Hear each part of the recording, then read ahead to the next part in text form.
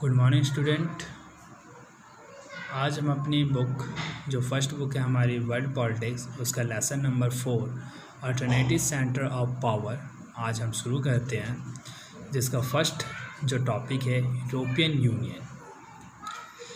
जो हमारा first point है मार्शल प्लान कि मार्शल प्लान जो बनाया गया था आखिर था क्या, और मार्शल प्लान के ऊपर जो शॉर्ट क्वेश्चन है ये भी आते हैं। आप ध्यान रख रहे हैं और सही से इसको पढ़ना, क्योंकि इसमें 1 नंबर और 2 नंबर में ये पूछा जा सकता था कि what is a Marshall plan, या मार्शल प्लान से आपका क्या अभिप्राय है। जैसे after the second world war, जब सेकेंड वर्ल्ड वार ख़त्म हुआ तो जो यूरोप की इकोनॉमी जो थी, जो उसका इंफ्रास्ट्रक्चर जो था वो नष्ट हो चुका था। इसके पीछे ये रीज़न था कि आपने देखा कि अगर आप मैप में देखोगे तो एक तरफ यूएसए है और बीच में यूरोप है और उसके साथ में यूएसएसआर है।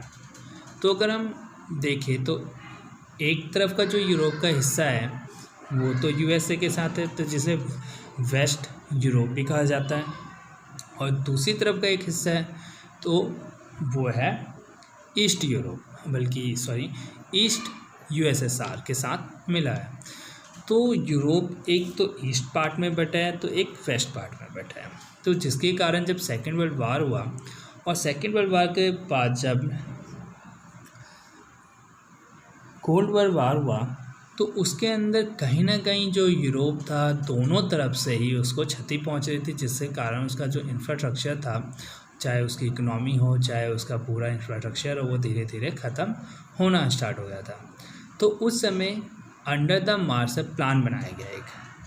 तो मार्शल प्लान के अंदर द यूएस प्रोवाइड, तो यूएस ने यूरोप को फाइनेंशियल हेल्प करी, जिसके अंदर यूरोपियन इकोनॉमी धीरे धीरे ग्रोथ होने लगी। तो इसी को मार्शल प्लान के नाम से जाना जाता है।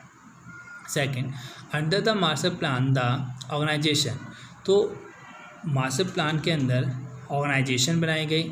तो organisation for European economic cooperation, जो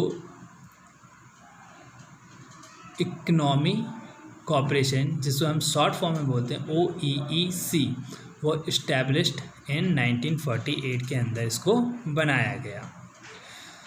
फिर उसके बाद 1949 के अंदर in 1949 the Council of Europe, तो द काउंसिल ऑफ यूरोप के इस्टेब्लिशमेंट है। Step forward in political cooperation, ये था एक पॉलिटिकल, क्योंकि यूरोप हमेशा से ही इकोनॉमी से ज़्यादा अपनी पॉलिटिकल जो चीज़ें थी उसके ऊपर बहुत ज़्यादा बातें करता था, उसके बहुत ज़्यादा ध्यान देता था वो अपनी पॉलिटिकल, और उसमें इन्वॉल्व भी रहता था।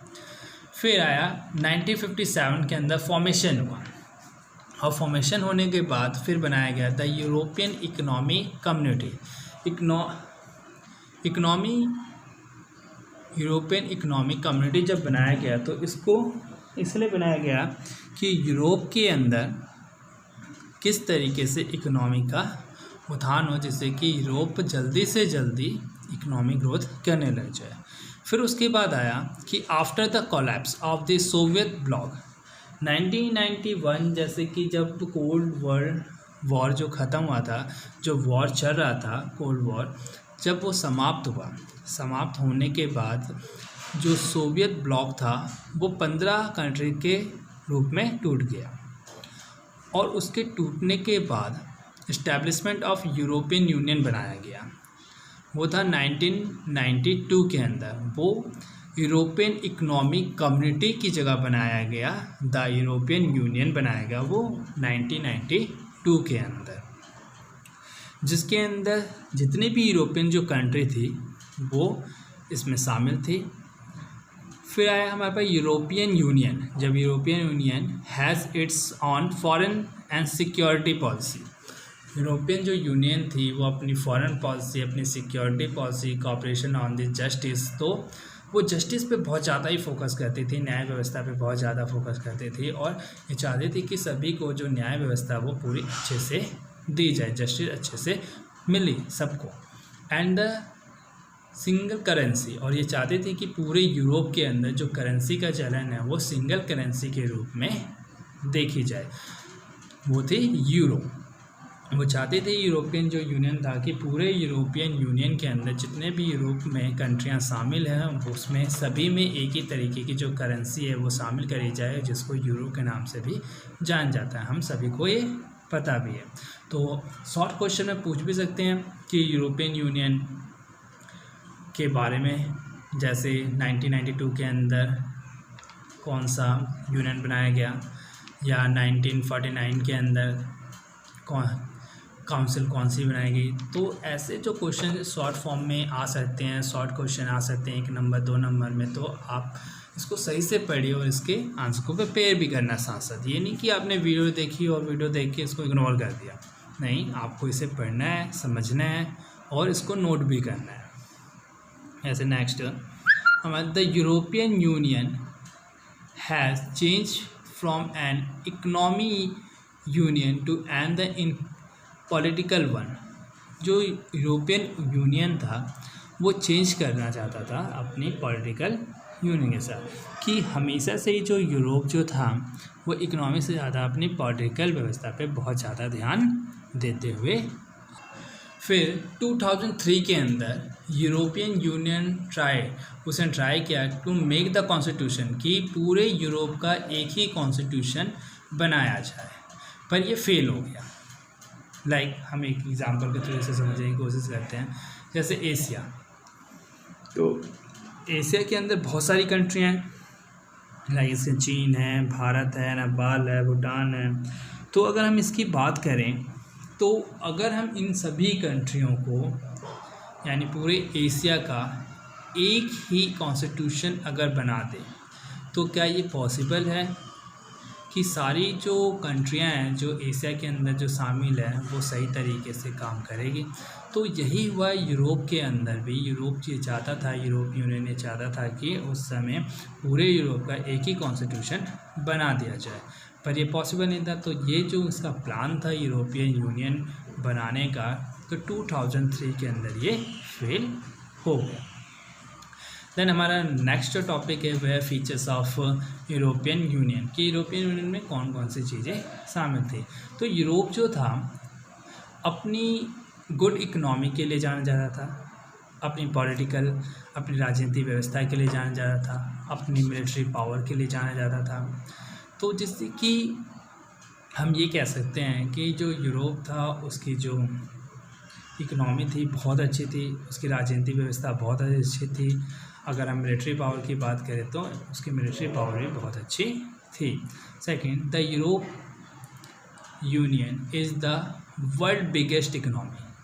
अगर हम यूरोपियन यूनियन की बात करें और उसके वर्ल्ड बिगेस्ट इकोनॉमी की बात करें, तो वो वर्ल्ड के अंदर एक बिगेस्ट थी, बहुत बड़ी, जिसकी जो जीडीपी और मोर देन 12 ट्रिलियन इन 2005 में देखा गया।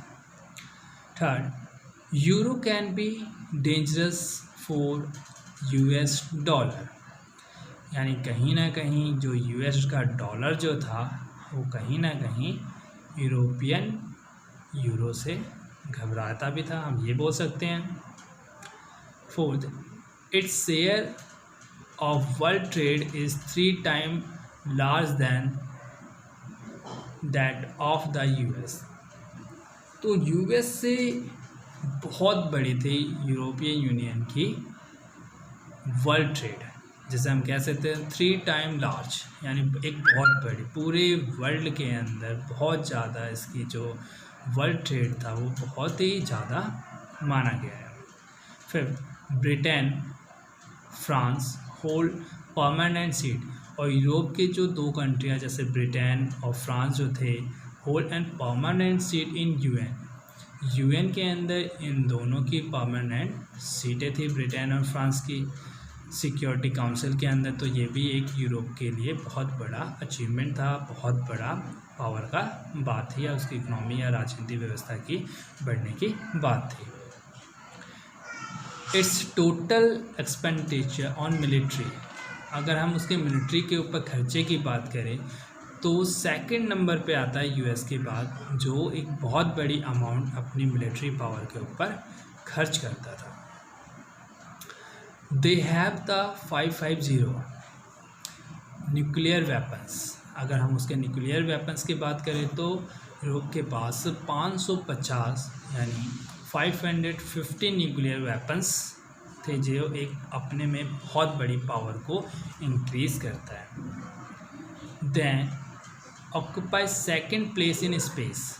स्पेस में जाने वाला सेकंड प्लेस, यानी दूसरा सबसे बड़ा ये कंट्री था जो अपने स्पेस के अंदर गया। एंड द कम्युनिकेशन के अगर मामले या टेक्नोलॉजी के मामले में बात करी जाए तो यूरोप अपने टेक्नोलॉजी, अपने स्पेस, यानी ओवरऑल हम ये कह सकते हैं कि यूरोप, पूरा जो यूरोप था, अपनी इकोनॉमी, अपनी पॉलिटिक्स, चाहे वो स्पेस की बात हो, चाहे टेक्नोलॉजी की बात हो, या वर्ल्ड ट्रेड की बात हो, तो बहुत ज़्यादा ही इसने अपने आप को ग्रोथ कर रखा था।